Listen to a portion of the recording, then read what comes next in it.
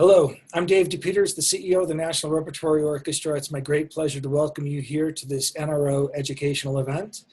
I would especially like to welcome our 2020 NRO Fellows. We wish you could be here this summer in Breckenridge, but wherever you are, we hope you are safe, healthy, and comfortable. This seminar is provided by the NRO free of charge for all participants and visitors, and we would like to thank our educational sponsors, Alpine Bank, Breckenridge Grand Vacations, Colorado Creative Industries, Pat and Steve Larson, the League of American Orchestras, the Summit Foundation, and the town of Breckenridge. If you'd like to ask a question during this seminar, please use the Q&A button and write down your question, and we will convey it to Marcelo. And there will be a brief survey after this seminar is over. Please, we ask you, please fill this out. This helps us make these programs even better, and it helps us gain funding. Thank you. So today's seminar will be given by Maestro Marcelo Lehninger. Brazilian-born Marcelo Lehninger is in his third year as the music director of the Grand Rapids Symphony. He previously served as music director of the new West Symphony in Los Angeles, for which the League of American Orchestras awarded him the Helen H. Thompson Award for Emerging Music Directors. After a very successful 2-year tenure as the assistant conductor of the Boston Symphony, Marcelo served as associate conductor for an additional 3 years. And it's my great pleasure to welcome Marcelo Lehninger. Thank you, Dave. My pleasure to be here. Thank you very much for being here. So Marcelo, you are in Grand Rapids right now, yes? Yes, I'm here. This was to be my fifth season with the orchestra. No, fourth season with the orchestra.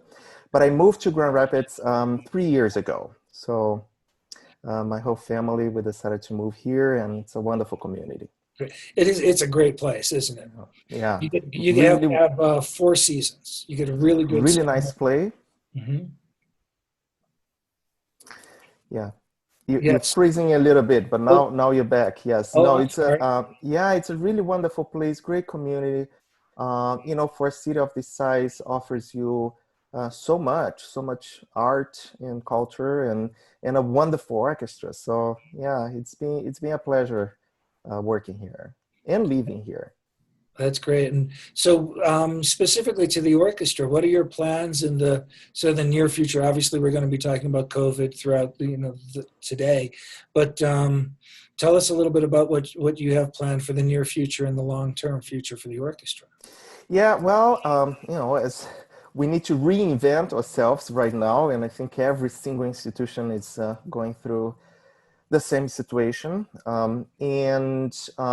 But it's incredible just to see people stepping up and thinking creatively and investing in a completely different direction, which we need to take right now. So for the moment being, in terms of our summer season, that of course changed a lot. We're not having our usual summer season, but we started doing other kinds of small concerts, driveway concerts, pop-up concert in the parks. We have a showmobile, and things like that. And of course, exploring other possibilities. We keep talking about a drive-in concept, still developing that. Mm-hmm. But for the fall season, what we decided to do, which I think was the best solution, was to postpone the whole season as was originally planned, and postpone it to next year. And so we don't face the situation where we get to September and we need to say to everybody, unfortunately, we cannot do a Mahler symphony, and then October, unfortunately, we cannot do a Shostakovich symphony, because realistically, we'll not be able to do that. So then we decided to preserve the symphony as it was originally planned and move to a year after. And then our hall is under some renovation. And so we decided to explore other places in the community where we can have concerts. And by concerts, I mean probably at the very beginning, some kind of live streaming. And then as we increasingly can have audience, with social distancing and safe. We decided to go to the arena, the hockey arena, which is this huge place. And so I think it'll be an interesting thing because we're going to have 3 stages on the floor. So there's one stage where you have an orchestra and it will be about 17 players. And then we play something there. And then that stage will be reset. And when that's happening, you have a little interlude stage where you have local groups performing something.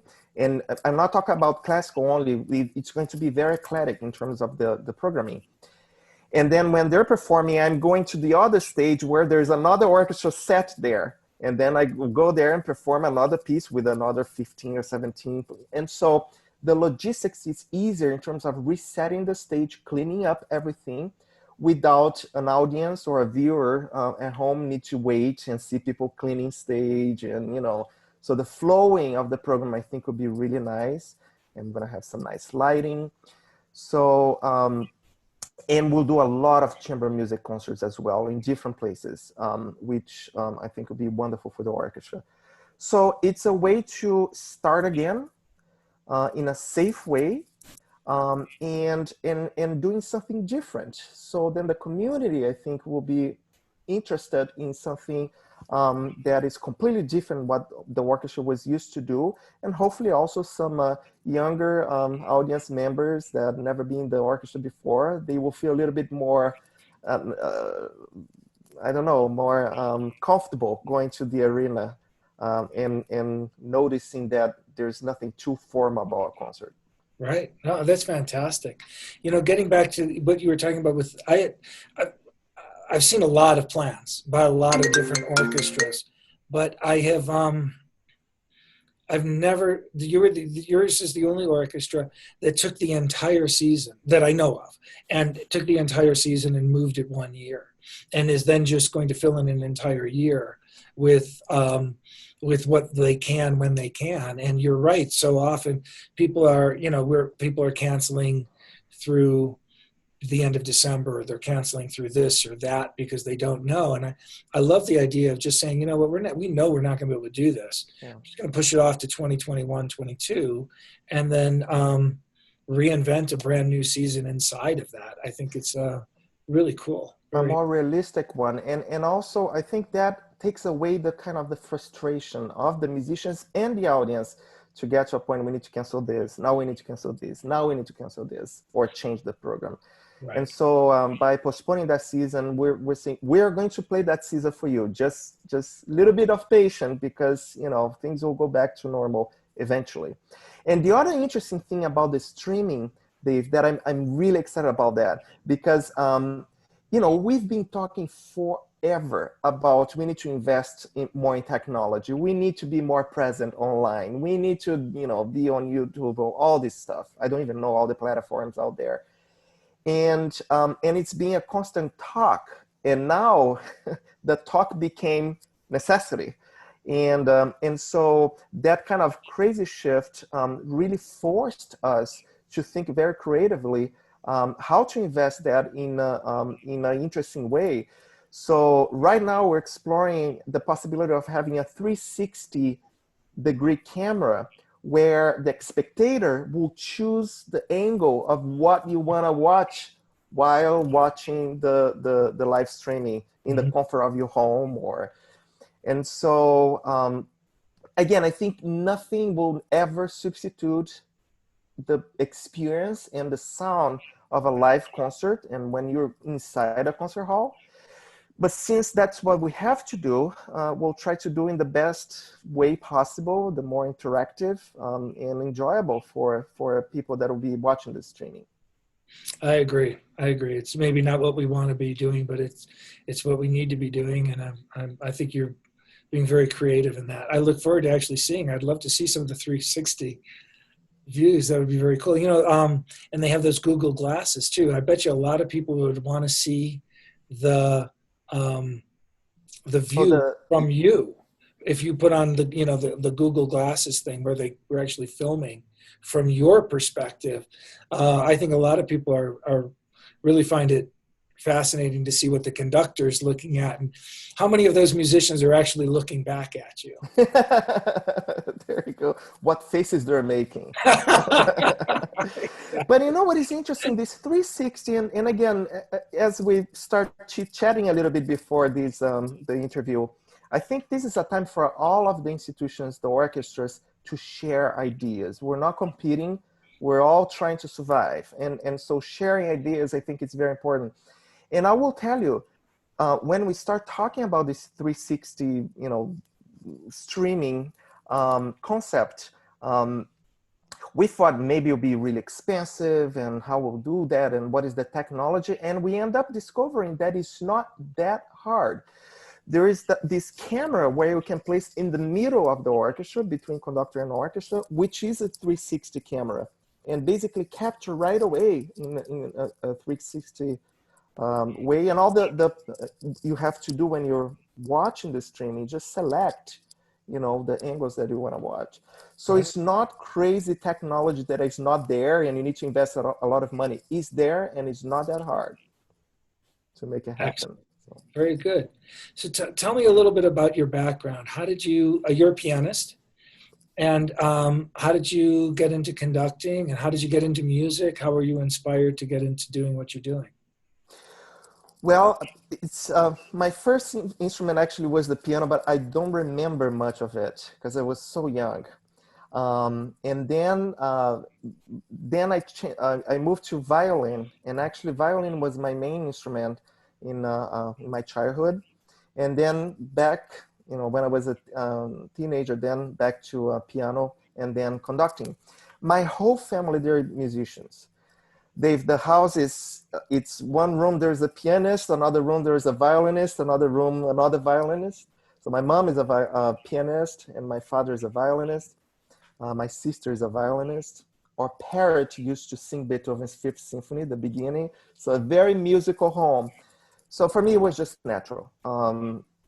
If I arrive home and tell my parents I want to be a doctor or a lawyer, that will be exotic in the family. So it was natural. We all had music education and, of course, fell in love with music. But the environment of the house and everything that surrounded our life was just music, rehearsals, concerts, and traveling. So it was very natural for me. So studied the instruments of my parents. And then decided to move to conducting. So Freud can explain that. Great. Well, look, we had a number of questions that came in from our musicians that I was asked to pose to you. So we've sort of broken them down into categories. And the first is about auditions. As you know, our musicians are young professionals, and they're breaking out into their professional careers. And obviously a big portion of that is having to suffer through auditions, as we all do. So if you would please share your perspective on the auditions, on orchestral auditions as they are right now. And I'd be very interested to hear your thoughts also, if you have any thought. Look, it's difficult to make changes because we've been doing this for a very long time. Somebody once said the auditions is the worst possible way of selecting, except for every other one. So, we're sort of stuck in some ways, but of course, there are certainly ways that we should be thinking about looking at this process. So I'm just curious as to, what your perspectives are. And if you were king of the world, what would you do differently? Well, it's a wonderful question and in perfect timing because, as you know, the New York Times article just came out, and people are talking about that, especially in terms of not only talking about audition as a process to select musicians, but in terms of the background, the look of an orchestra, and how to be more inclusive. And that's a hot topic right now. As you said, this is what we have, and I don't know if I know a better system. The interesting thing to know about auditions is that this model that we have here, especially in the United States, it's not the same in every single other place in the world. And I'm not saying it's better or worse. I'm just saying there are places that are different. There are places that, you know, they invite a pool of musicians. Each of them spend a few weeks with the orchestra. And then the musicians actually decided which one was a better fit for the ensemble. Sometimes the conductor has less to say than, you know, in a normal situation where you're having an audition with the conductor sitting there as part of the jury, so or the panel. So there are other orchestras they do differently, but that's the model we have here. And again, I think I don't know a better one, but I think it is the time for us to start talking about, you know, what we can do differently. In terms of inclusion, that's a very delicate situation, very delicate subject. And I think that the mistake that we're facing is when people try to find easy answers for difficult subjects. There's not one easy answer, there are many of them. And so, and of course, education is one of the major problems that we're facing. Why we don't have more African Americans in orchestras? Why we don't have more Latinos in orchestras? And I'll share with you a little bit, and I don't want to make the answer too long, but I share with you a little bit what we've been talking here in Grand Rapids. Since the article came out and the whole board is talking about, and we're very engaged into thinking about the subject. And we will try to take many different approaches. One, starting from the foundation. We're thinking to start some kind of academy orchestra locally, academy orchestra, and giving the chance of African Americans and Latinos and Hispanic population, which it's a good number here in Grand Rapids. Many people don't know about that, but it is. And basically, not exactly the El Sistema model, but incorporating some of that and starting an orchestra academy. So, you know, helping the education portion of it. When having auditions, we're going to start partnering with institutions like the Sphinx and encouraging them, you know, send people to apply and to participate in the auditions. And we're going to start a fund here by donors that will help us to hopefully fund that. That will help with travel expenses and, you know, hotel and all that. And I think in a large scale and nationally speaking, we just need to start thinking, you know, let's talk about it. Let's see what are the good things about the system we have now. What are the best, you know, the bad things about the system we have now, and let's talk about it. I don't think we'll have a different kind of audition in 5 years. I think it'll be a slow process of a change, but I'm happy we're talking about it. That's the first step always, isn't it? Yeah. We have to talk about it. We have to make sure that we stay engaged, stay on the forefront. Yeah, absolutely. Yeah. Now, since it's a conductor seminar, I'll share with you that's just personally how I feel about the auditions that we have right now, and when we have auditions. I really like to give the musicians of the orchestra a lot of voice in terms of choosing candidates. I'm not one of those conductors who sit there and just, you know, kind of go around and say, okay, thank you for your information, but I choose that one. And I know in the end, you know, sometimes you do face moments, although I never face that here, but sometimes you might face moments where there's a huge disagreement. But here it's been such a good process because we vote and then we talk, and I really give the musicians the chance to have a very important input in selecting a musician for the orchestra. Yes, it's my job, and yes, I want to take advantage of that situation to shape the sound, to increase the level of the orchestra, and all those things. But nobody knows better that institution than a musician that is sitting there for 20 or 30 years. And I might be here 10 years or 20 years, hopefully I would love to, But we conductors come and goes, and the institution stays. So I think giving a lot of voice to the musicians in the selecting process, I consider that they're very important. That's fascinating, and it's really great. I couldn't agree more. I remember when I was first starting to play that one of my colleagues sort of looked up at a conductor one time and said, I was here before he got here, and I'm going to be here long after he leaves. There you go. That's very true. Let's talk a little bit about the quality. What kind of quality are you looking for in an audition? What is the thing that sort of helps separate one musician from another for you personally? Well, I mean, we can be as technical as, looking into intonation, looking to rhythm, looking to tone, and as specific as that. And I am looking for those things, and I think all my colleagues in the panel, they're looking for those things. But then in addition to that, of course, you're looking to hoping and trying to understand the conception that candidate has of the piece he or she is playing.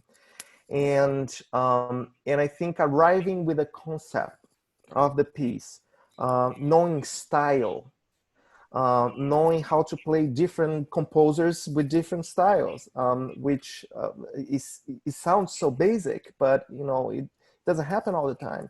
Those are very important things. And knowing the difference of sound, you should play a concerto and then you should play the excerpts. And the most important, Dave, is to understand that, yes, we're there, and basically it's a test, and I hate to say that, but it is what it is. But we're all human beings, and the people sitting in that panel, they're human beings and musicians as well. So if you do a mistake or there's something a little off in audition, that's not what I'm gonna dictate if you win an audition or not. If they repeat too many of them in the course of the audition, yes, that's a problem. But it's an occasional thing now. So to sum up, yes, technically speaking, written, intonation, so important. Tone, but a conception of the work, understanding of style, and understanding of sound. When you're playing excerpt, is that the main line? Is that an accompaniment? What kind of sound quality you can explore when playing the excerpts? And also understanding that each of those excerpts that are part of that audition, they're there for a reason. Mm-hmm. So try to think why is the reason why we chose a specific excerpts. That's excellent. Thank you. How would you recommend somebody prepare mentally for it? We talked a little bit now physically and musically, but yeah, what are, in your experiences, how can they any thoughts, or I hate to say tricks because there's never a trick, right? But any thoughts on what they can do to help themselves prepare? Well, I think in preparing stage, there's many things you should do, and some of them they're musical, some of them are just it's nothing to do with music. Let's start with the musical ones. I think, of course, you need to practice, and of course you need to get as prepared as you can. I always think that when you over practice, it's a dangerous, not only because you can injure yourself, but also because you don't want to get in that state of mind that you feel so stressed out and you're almost crazy just preparing and studying non-stop. I think you should use your time very wisely, so then when you do practice, you do in a very smart way.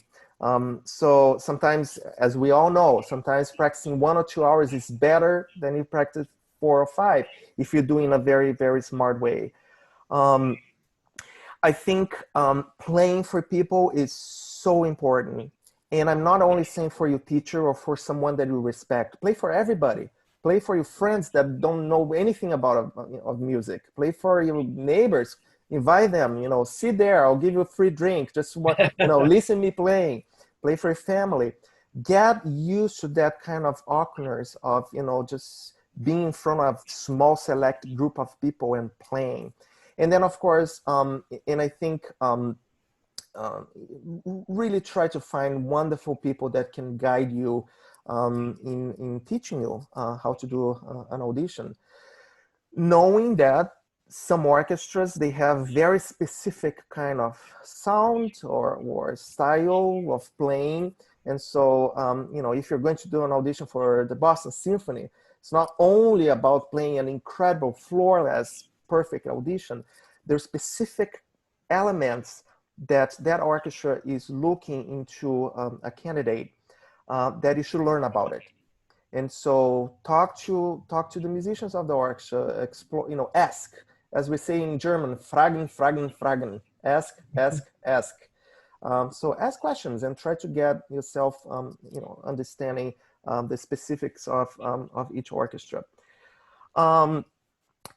I think it's very important, as I said, study the solo pieces as well as you study the excerpts. Have the same approach, not musically, but in terms of how important it is.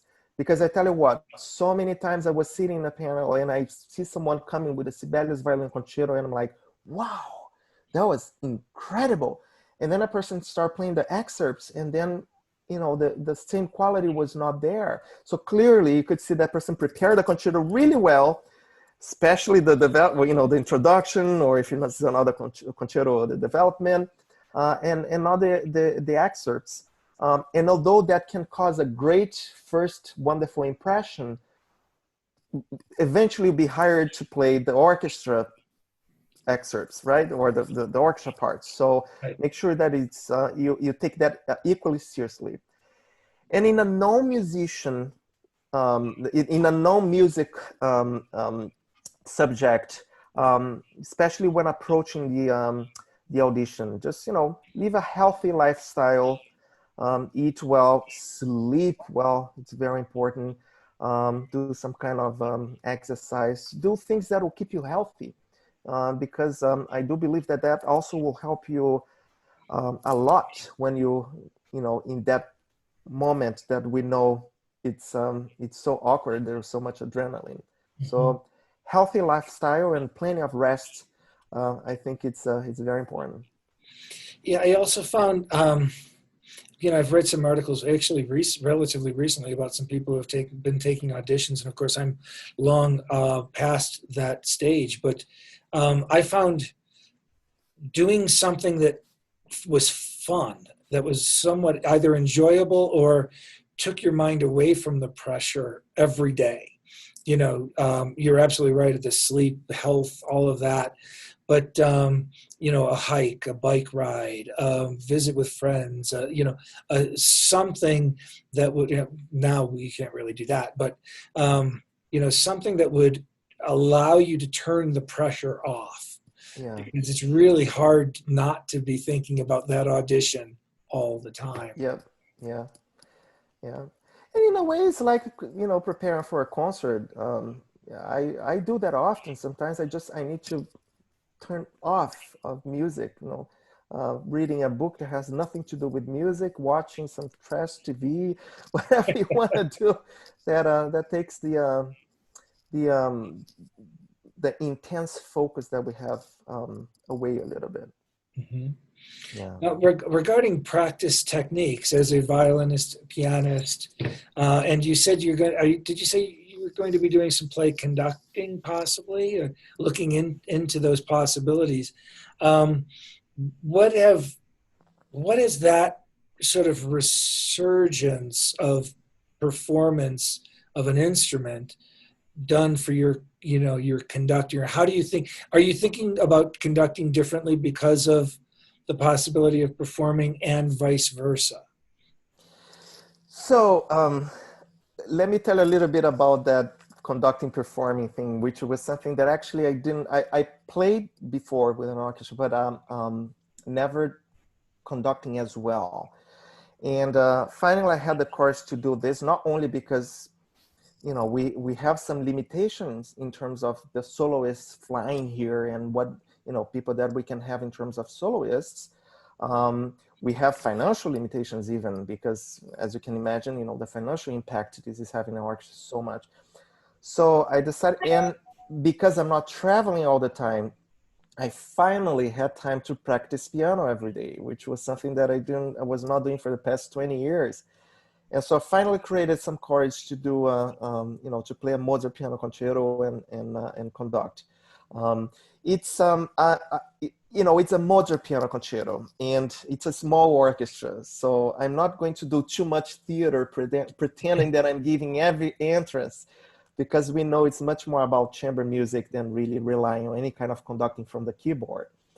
But I am very, very, very excited about that. I don't think I I don't think I will play any differently because I am a conductor. I might have a few things here and there that I might put an accent that otherwise I wouldn't, because I know they need that for a reason, or making some definitions that if it was just a soloist, I would rely into having that communication with the conductor. Then now I might need to say, I will spend 4 beats in this trill, or instead of, things like that. So because I know the other side, because I know how to accompany a soloist and the challenges of doing that, there are some things in my playing that I can do to help the ensemble conduct less, basically, to accompany it in a comfortable way. But you said the second part of your question was, Well, or vice versa. So do you think your playing has changed at all because you are now a conductor, as before, as you were as a player before you became a conductor versus now as a player that you are a conductor? Yeah, it's interesting. Not really. What happened was the other way around. When I was, there was a point when I was studying piano that I already knew I didn't want to be a pianist. I already knew I wanted to be a conductor. And so my teacher was absolutely phenomenal. And so the way she was helping me with the piano is that I was playing like an orchestra. Sometimes even she was playing, you need to imagine, those are the flutes, those are the bass, you need to understand the harmony, you need to understand the balance that when you're playing, as you playing or conducting an orchestra.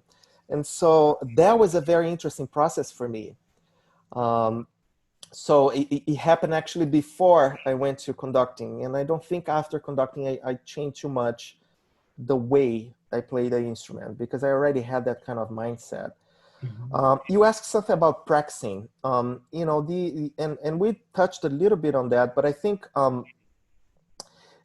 it's what I've been doing. I just share that because it's been helpful for me. What I've been doing, when I first go to the piano, I just play some kind of slow Bach, prelude, something just to kind of get the angels going in just a program in the computer, let's put it that way. Then scales and arpeggios, I do that every day, just like I take my vitamins every day. And then I start the pieces that I need to learn. And when I'm starting with the piece, what I do sometimes, I don't start beginning to end. Sometimes I start in different parts every single day. And I found that helped me sometimes when there is a moment in the piece that is very difficult. And there are a few days that I'm starting with that. And your mind and your brain is fresh. I found that extremely helpful.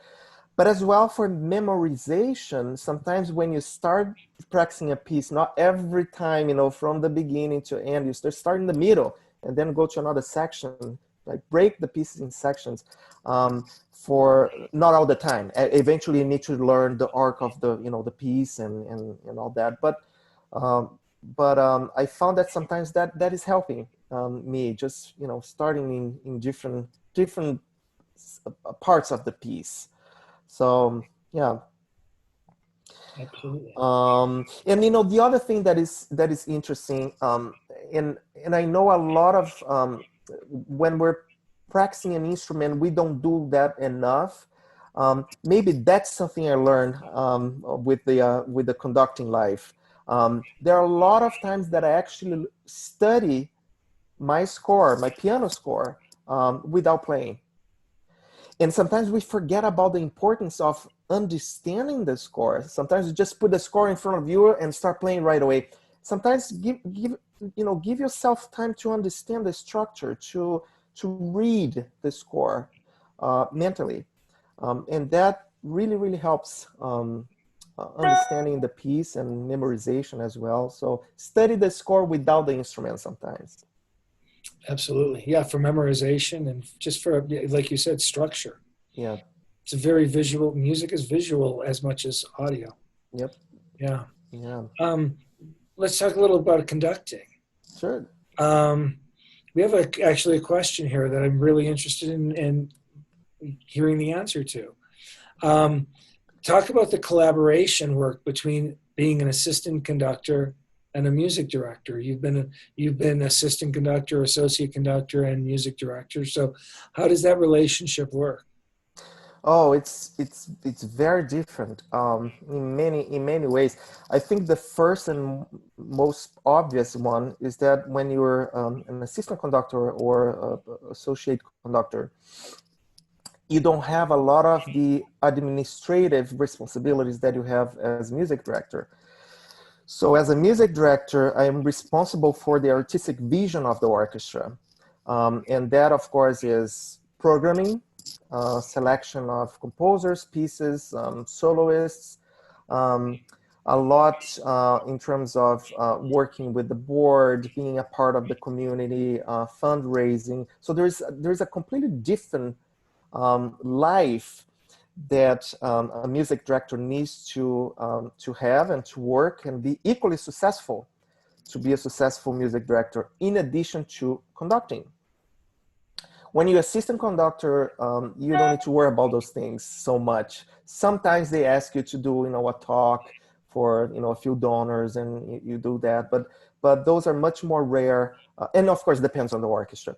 But those are much more rare than when you're a music director.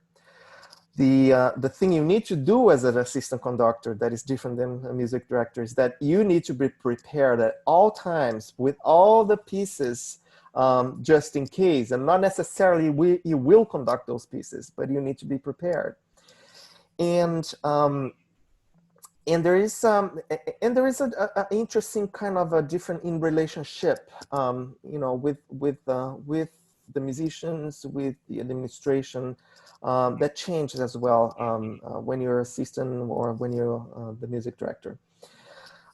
Listening from the audience when I was an assistant conductor with a different kind of ears, because I knew I need to give so much feedback from conductors. And you have some conductors, they want more, and some conductors, they want less. But I had a few conductors, they want a lot of feedback. So that be on all the time to listening from the audience for so many balanced details and things like that actually was interesting. It was helpful for me when I was on the podium conducting, because I knew, I had kind of the memory of my ear there, because Right. the podium is the worst place for sound that you can be in the hall. So that was really helpful. And then there's the other part of a conductor's life, which is guest conducting. And that, although, that the difficulties of it is just, the traveling, the different time zones, and arriving in a completely different orchestra that you never saw before. You don't know what the orchestra will, present to you, and sometimes different languages. But it's the date kind of thing, you just you go there, you try to impress, you have a nice date, a good dinner, nice movie, and then you're out, and then you don't know if you have that second date or not. Being a music director is more like a marriage. You need to work on the relationship in a very different way. But the fact that I had all these experiences, it was extremely helpful just to learn different aspects of the profession, and one complement the others. You know, you said something when talking about assistant conducting. I think there's probably really interesting training that most people don't get. I've had a lot of conversations with musicians recently about COVID and about the difficulty um, of continuing momentum, of preparing pieces, even though you know you're not going to get an opportunity to perform them. And, especially our musicians where they are, it's so intense in a life right now for them, and they're unsure of where they're going to be. Other than possibly a graduate school or moving on, but of course we just there are no auditions. Nobody's traveling to auditions. It's difficult to mentally and physically feel like you have to prepare. And yet, as an assistant conductor, you are constantly preparing as if have to prepare. You have to perform this thing this week, knowing that 99.9% chance that you're not going to perform it this week. Yeah, very true. And the thing is, I tried to have the mindset when I was an assistant conductor that I was not learning that because I need to be prepared in case I conduct that concert. It was much more, I'm having the opportunity to learn this repertoire, and this will be good for me as a musician. And eventually, I know I might conduct that in another orchestra. Yes, I learned a lot of music that I knew that I was learning for that event. I said, I don't even want to see that score in front of me anymore if I don't have to conduct that. It happens. But a lot of times I was just, taking advantage of that time to learn repertoire that I knew eventually in my life will be useful. So we, as musicians, we have and musicians, conductors, everybody, we have the tendency of working only when we have to achieve that goal of the performance. And we forget sometimes how much pleasure there is in learning a new piece, how much pleasure there is in discovering things in a new piece.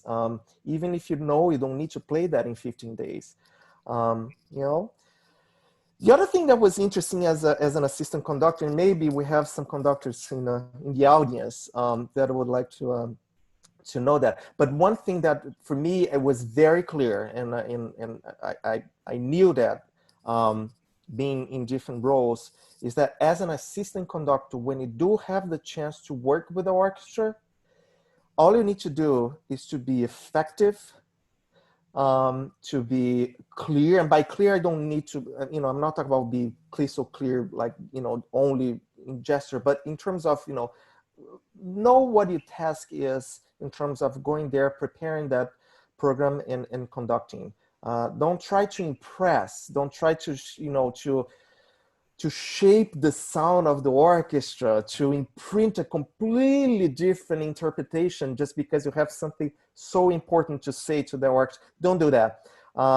Just go there and do your job, which is, prepare, rehearse the orchestra in an effective way, conduct a nice concert. The musicians will really appreciate that. When you think you're in the podium and then you have the music director or the great guest conductor kind of,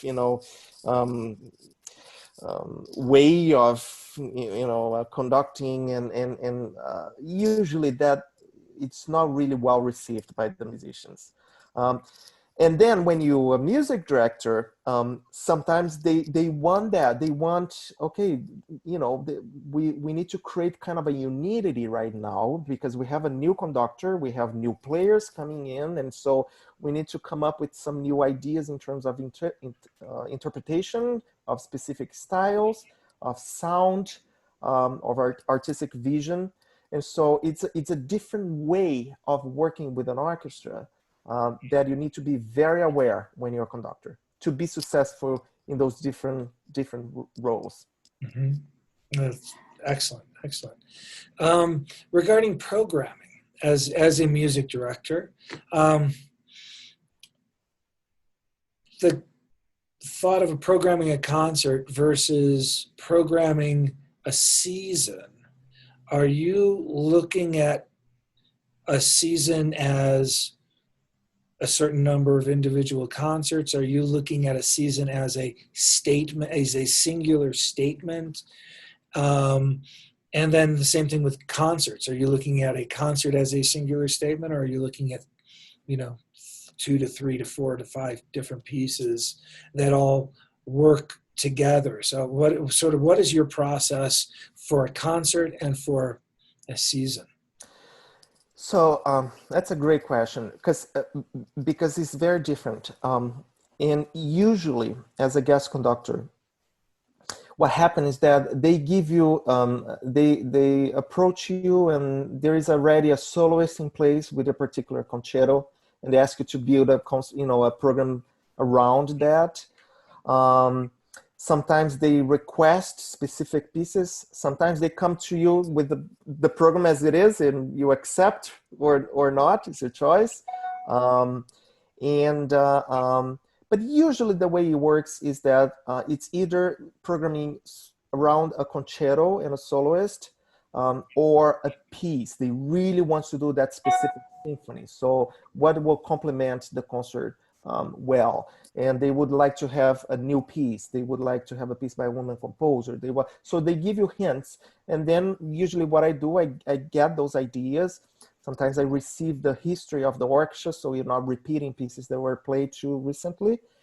And then you put a few ideas on a paper or an email, and send to them a few ideas.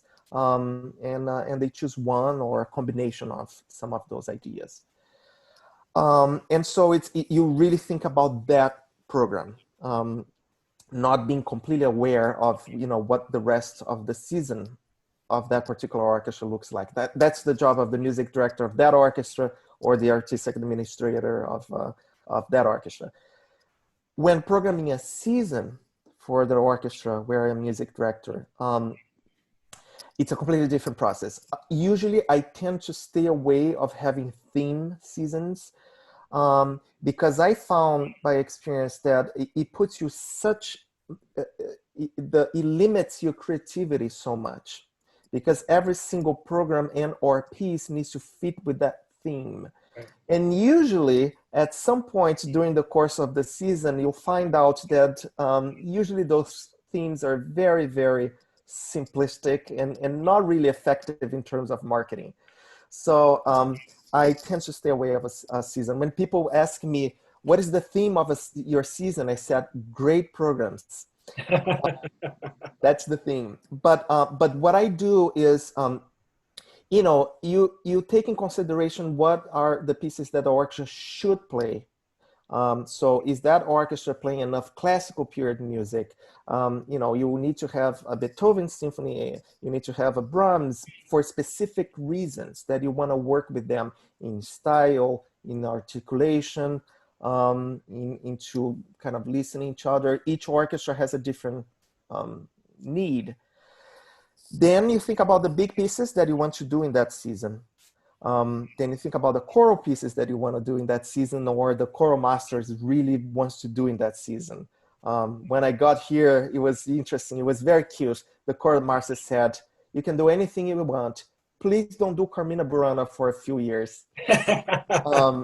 And so, okay. And then of course you kind of know the soloists that you like and you work with well. It's good to study the area a little bit, so you know who the local composers are that you can invite to write pieces for the orchestra.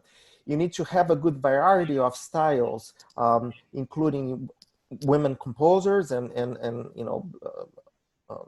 African American composers. I also include Latino composers, of course, and Brazilian composers. So that's the puzzle we have in front of you. And then basically just putting the puzzle together.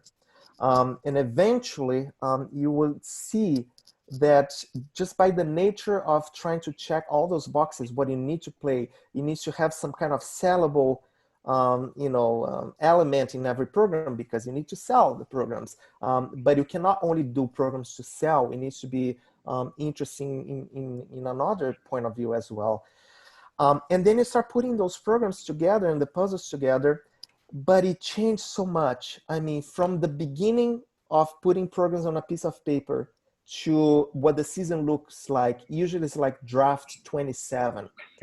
And sometimes you're in draft 26 and then one soloist cancels or cannot go and you need to change and then the whole season needs to change to accommodate that. It's crazy, the process. But that's more or less the process. And I always try to think about variety of music styles, and making sure I'm kind of, checking all the boxes, to make sure the season will be a good one and a meaningful one. Yeah, so that's more or less how I do the programming, all including new music as well as standards, women, everything. So the season will be a well-balanced one. Fantastic. Yeah. I've enjoyed, actually, I've been looking at your programming over the last few years. Oh, Great programs. yeah, There is a great balance. You're right. we're having fun here. We're having Yeah. fun here, and listening to people. Again, I have an artistic advisory committee, and I do listen to their suggestions and concerns, and we meet often, so they give great suggestions. We have a survey that goes to the orchestra, and they send their pieces they want to play or they think it should be played. So listening to people is very important too. And as a music director, I'm aware that I need to plan a season for that orchestra. I don't have a program or a season that I will just bring here and put in any other orchestra. It needs to make sense for that particular group and community. Great. Well, I was wondering if you would mind taking a little bit of time to talk to our musicians about life in the orchestra. Relationships with your colleagues, relationships with conductors, sort of life in the profession. Yeah, this is very important, and I think in any situation as a musician, I think there are some things you should think and you should do for your life to be an enjoyable one, and it's very important that you don't go to work, being miserable, because your life will be miserable. It needs to be a place that you enjoy going and enjoy doing what you do. I strongly believe that what we need to do as musicians, period, is always to focus on the music. There's nothing else that matters. If you're a conductor, you should never think about other aspects of the profession. People might think that, always glamorous or this or that. I really, I don't care about anything that is not the music. I work for the institution, but again, the main focus is the music, and I never lose track of that. That's my passion, and specifically as an orchestra musician, I think it's important to be open to different ideas and different interpretations. In the end of the day, Dave, we all know that there are styles, there are things that you learn, there are things that that you do in music that you learn how to do the right way. But in the end of the way, in music, there's not really wrong or right way of doing things. Okay, maybe that's not true. There's some wrongs in terms of styles and stuff. But you know what I mean? You need to be open to different interpretations, because the worst thing, and I play violin in an orchestra, by the way, so I know the feeling. The worst thing is when you prepare something and you have such a strong idea of how that piece should go, and then comes a conductor who thinks differently than you, or you go to an orchestra or environment that performs with a slight different view that you have for that piece, and then you feel frustrated. So I think being open to different ideas and different interpretations and enjoying those discoveries, it's very important. You might end that week and say, no, I didn't agree with that. Okay, I tried something different and didn't agree. Fine. But the fact that you try and you explore different ideas, I think that's very important. Also, because that will give you flexibility as an orchestra musician to adapt to different conducting styles and conductors' views and orchestras and etc.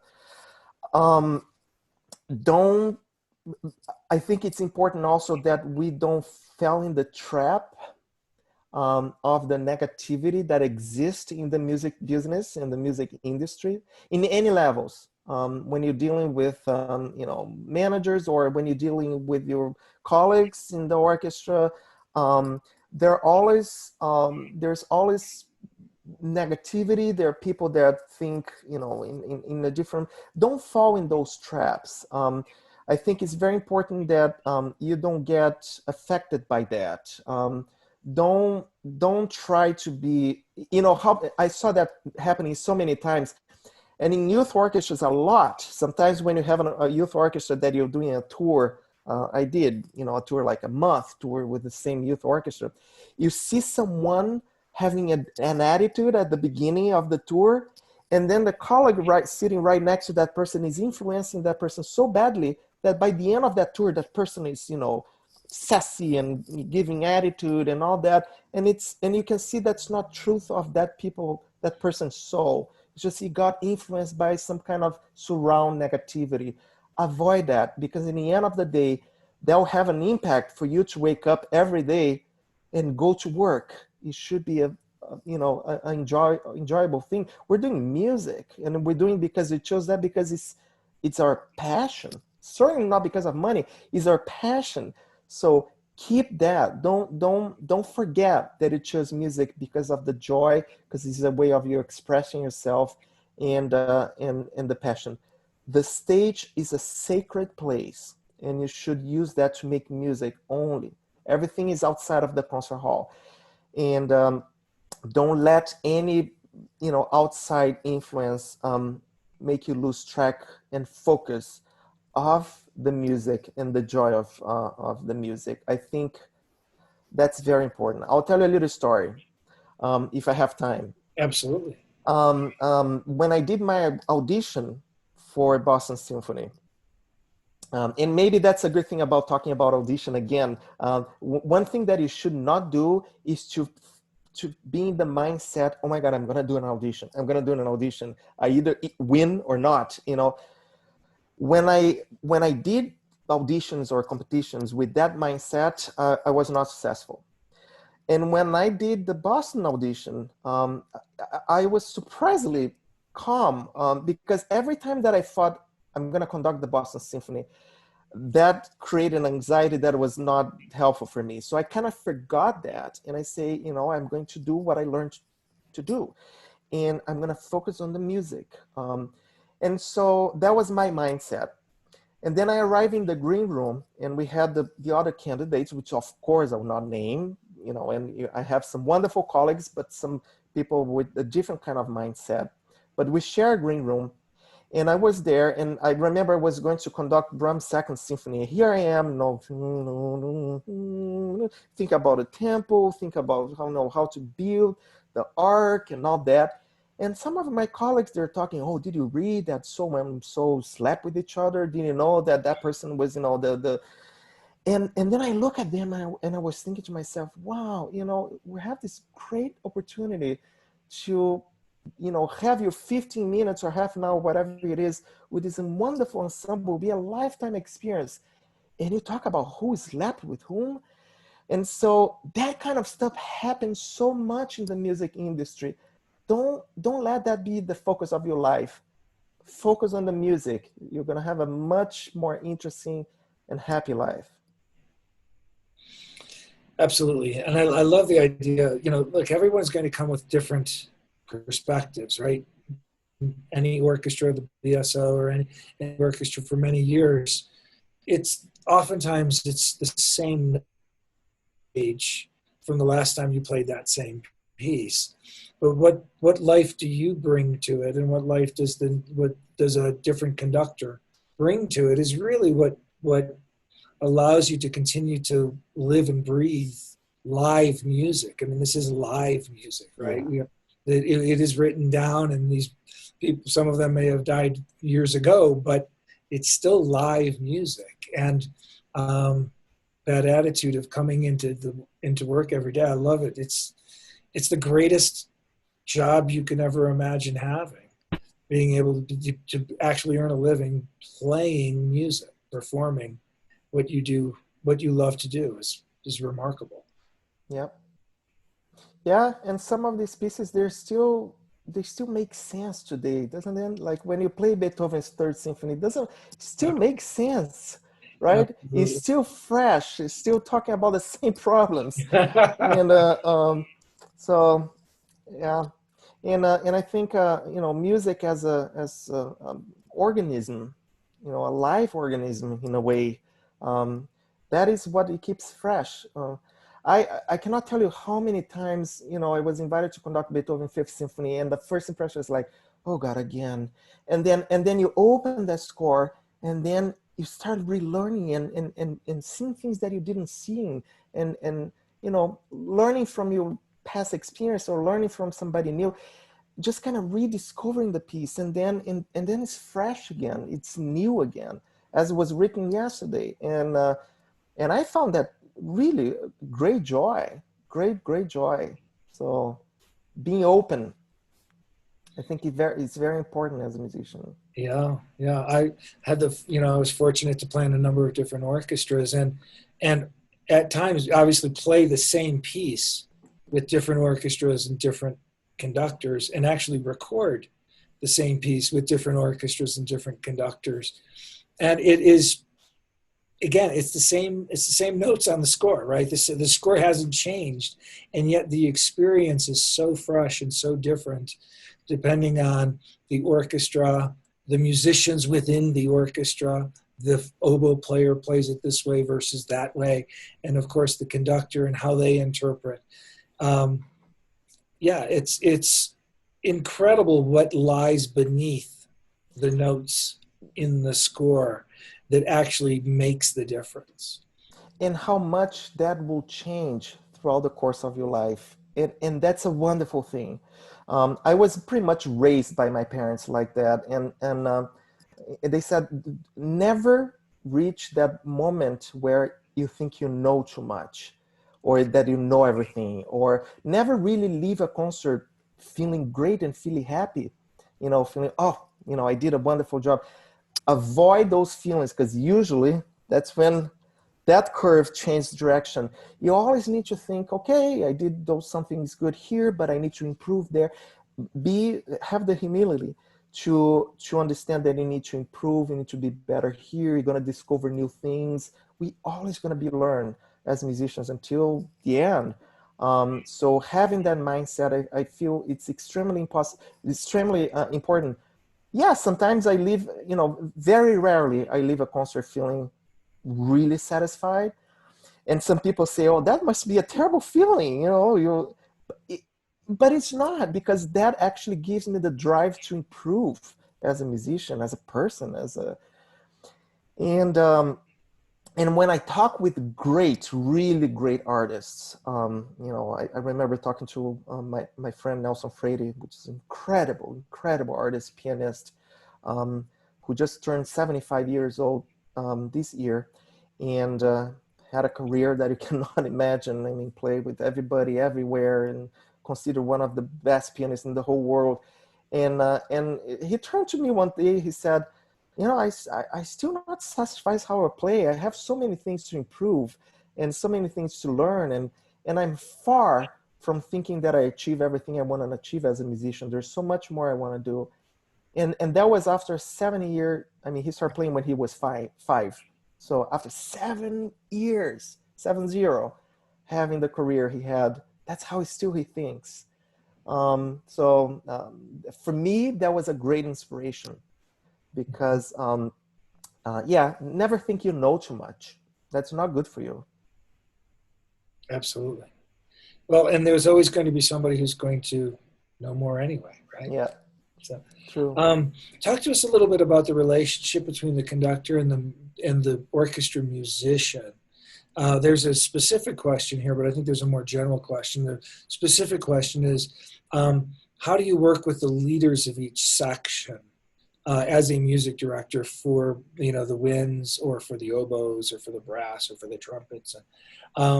So how do you sort of work within the orchestra itself and the leadership within the orchestra? But then in general, my second question is, how do you see the relationship, the sort of the one-on-one relationship, not specific to any principal player kind of a thing, but just you as a human and your orchestra members as humans? Yeah, that's a great question because again, it's it's an interesting subject, the relationship between conductor and an orchestra, and was explored by so many writers and movie makers. I don't know if you watched the orchestra rehearsal by Fellini. What a fantastic movie! That Okay. is absolutely amazing. And talks a little bit about that, but puts in kind of a social and political context of Italy of that time. But anyway, the interesting thing, my father was a concertmaster of an orchestra for a long time, and I grew up going to rehearsals and seeing the conductor, and then talking to my father, and he was always commenting what he liked about a specific conductor, what he didn't like. You see how that conductor obtained the results, how that conductor does, and that one spoke too much, that one spoke too little. So I was processing all that information before I even started learning how to conduct. So I think I learned the relationship portion of it before I learned how to wave my hands and read orchestra scores. I really think it is a teamwork, and I'm not just giving a kind of a nice, beautiful, diplomatic answer. I really think that's the way it should be done, and when it's done in a natural kind of way, that you're showing the musicians that you trust them, very important. So they will trust you back. I always trust musicians, right? That's a principle. I'll trust them first. And then if I have suggestions, I'll make those suggestions. I always try to have a rehearsal environment where instead of stopping and say something negative, you suggest how to improve a specific situation. And I think by creating that kind of positive environment and creating that environment that they feel, everybody's kind of the same boat here. We're all, part of the same team to obtain a specific result. I always found that I always obtain much better results with that. I am, in terms of, human relationship, I'm always very respectful, very respectful. The words I choose to say, the way I treat the orchestra, the way I talk to them, even the way you look at them, it needs to be done with trust and respect. And I always think that way they're gonna want to play better, for you and for the situation. I'm friendly. I try to avoid, showing any kind of favoritism. I really don't. For me, it's an instrument, and I need to look at that. Outside of the concert hall is a different thing. If I'm invited to go to a party, sometimes I go. I know about some of their personal life, and I think about them. That was one thing that actually right now during the COVID, it worries me a lot about the future of the orchestra and the musicians. And I know some of them, they have families and they have a mortgage and all that stuff. So I think about them in the human, level. I trust my principals a lot. I think there's a great deal of responsibility, especially in the string section. The principals and of the sections, they have so much responsibility, and I think I try to have. Of course, there are orchestras that you don't need to talk about that, but there are orchestras that actually you do, and try to find the rest of the section respecting your principle is so important. There was a moment I'll give you as an example to exemplify what I'm talking about, and not a specific orchestra. It happened with Orchestra X, that were in a situation where I actually asked the section, said, look at your leader. Look where he's playing, which region of the bow he's playing, what kind of message he's translating, rather than I stop and say, I would like you to play in the tip of so it's kind of creating that kind of partnership and sharing that kind of responsibility that I really think it makes a group, it makes an ensemble. Otherwise, it's always going to be you as a conductor and them. And that's the kind of barrier I try to break. And Dave, in the end, I want to have fun. I want to have fun. I'm doing what I love. I'm doing music. So I never forcing to be nice guy or to have, a kind of a silly, that's not me. I am who I am. But in the end, I want to have fun. So I think it comes from the leader to create and to give an example, a positive, healthy, nice environment. And so far, I think it's being well received. And here, we talk a lot about that. Sometimes I have conversation with specific musicians. Sometimes we have conversation as a whole ensemble. And I talk a lot about that, about how we relate to each other on stage and making sure that, we create a positive environment, because the audience, guess what?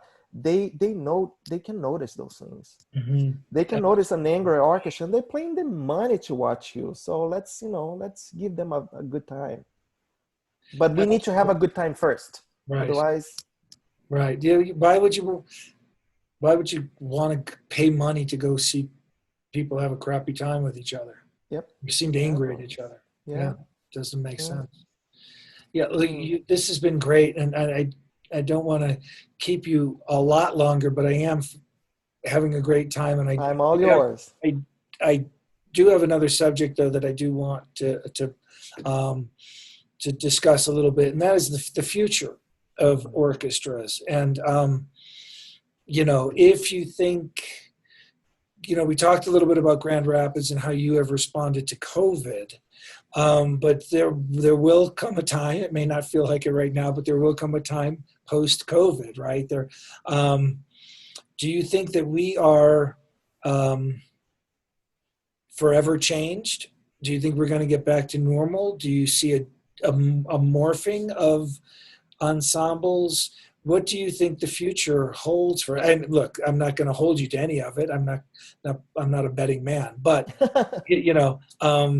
what do you see I guarantee you have thought about this. So please share with us what you have seen or what you thought about that before COVID, during, and hopefully I'll keep thinking after.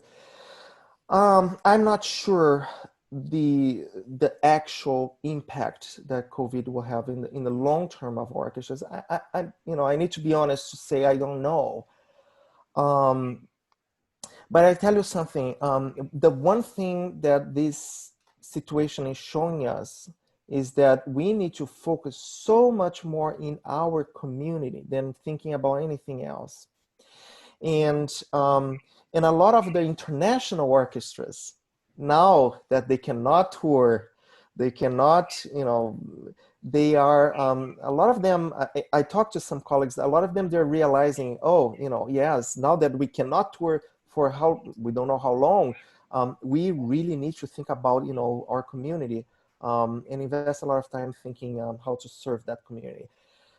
I do think, regardless of COVID, I think the reason of having an orchestra is changing a little bit. Yes, in the end, the mission, it's going to be performing great music, okay? But I think there's a little bit more than people are realizing, and that it's regional, depends on the country, depends on the state, sometimes depends on the cities. But in general speaking, I think people are realizing that we're not only a entertainment business, we're service business, we're serving the community. And so when you are creating a vision for the orchestra, artistically and administratively, and again, each place is different, the needs are different, each ensemble is different. But I think you need to take in consideration that, there's so many things we need to fulfill. How much in education you need to do. Here we have music in the hospitals. We have a great program of musical therapy in the hospitals. How much can we do that is outside of the concert hall and is serving our community in a positive way and is having a positive impact? In addition to have a wonderful orchestra performing a Mahler symphony in the concert hall. There's nothing wrong with that. But we're coming to the conclusion, I believe, that if we want to keep relevant, and if you want to keep, your donors or your government or whatever your system of surviving is, giving you money to keep going and to do meaningful things, you need to do meaningful things, and you need to put great programs together. But you need to serve your community very deeply. So that change is happening. And I think that was regardless of the virus. It might be accentuated by the virus and the feeling that we have right now of community and what can we do here. But that was changing before, thinking of ways to stay relevant as a symphony orchestra for a big range of people in your community, age-wise, socially speaking, and how you can keep being relevant for your community at large. So not only entertainment and organization, but a service organization. I think we're all realizing that that's what the orchestra needs to be in a community. So that's fantastic. I appreciate that answer very much. So I said we weren't going to bounce around, but we do have one last question from the Q&A, and which is not quite on what we were just talking about, but I want to make sure that we get to answer this question for this person. What are some of the, and then we're going to finish up. So I just want to let everyone know. What are some of the ways to improve as a beginning conductor? Ooh, that's a good one. And you think we're going to finish now? Boy. Again, I think there are a lot that we already talked here, about how you can just be a good human being and try to improve yourself as a person. Always have that mindset that you need to improve, you need to do better, you need to learn more, you don't know everything. I think having ears, it's very important. Because as a young conductor, sometimes you're so insecure and you think you get to in front of the orchestra and you need to do all this job and impress everybody. And I see so many conductors doing a huge mistake. Please don't do that. Don't prepare your rehearsal. Don't go to an orchestra thinking that at bar 36 you need to ask whatever. Don't do that, because that problem might not happen with that specific group. And so you don't need to say anything. The worst thing you can do is, and musicians know that, they know that the minute you're walking on stage, they know who you are. You're so naked as a conductor, personality-wise. So don't make that mistake that you need to impress, that you need to show them you know a lot. No, just go there, listen, more than, learn how to wave your arms, know how to listen and understand the needs of that orchestra, that specific ensemble in that specific piece, and what you can do to improve. The level is here. You should always try to push a little bit, always, but doing in a collaborative way. And learn a lot how to use your time effectively, because and that is somewhat tied to the gestual, because if you know how to say things with the orchestra without stopping them and saying with your mouth, they appreciate it a lot.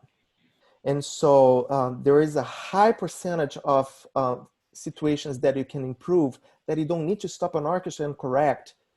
You can, there's so much you can do here. When you do stop an orchestra and you're going to say something today, make sure it's something meaningful, making sure that's something that actually will be helpful.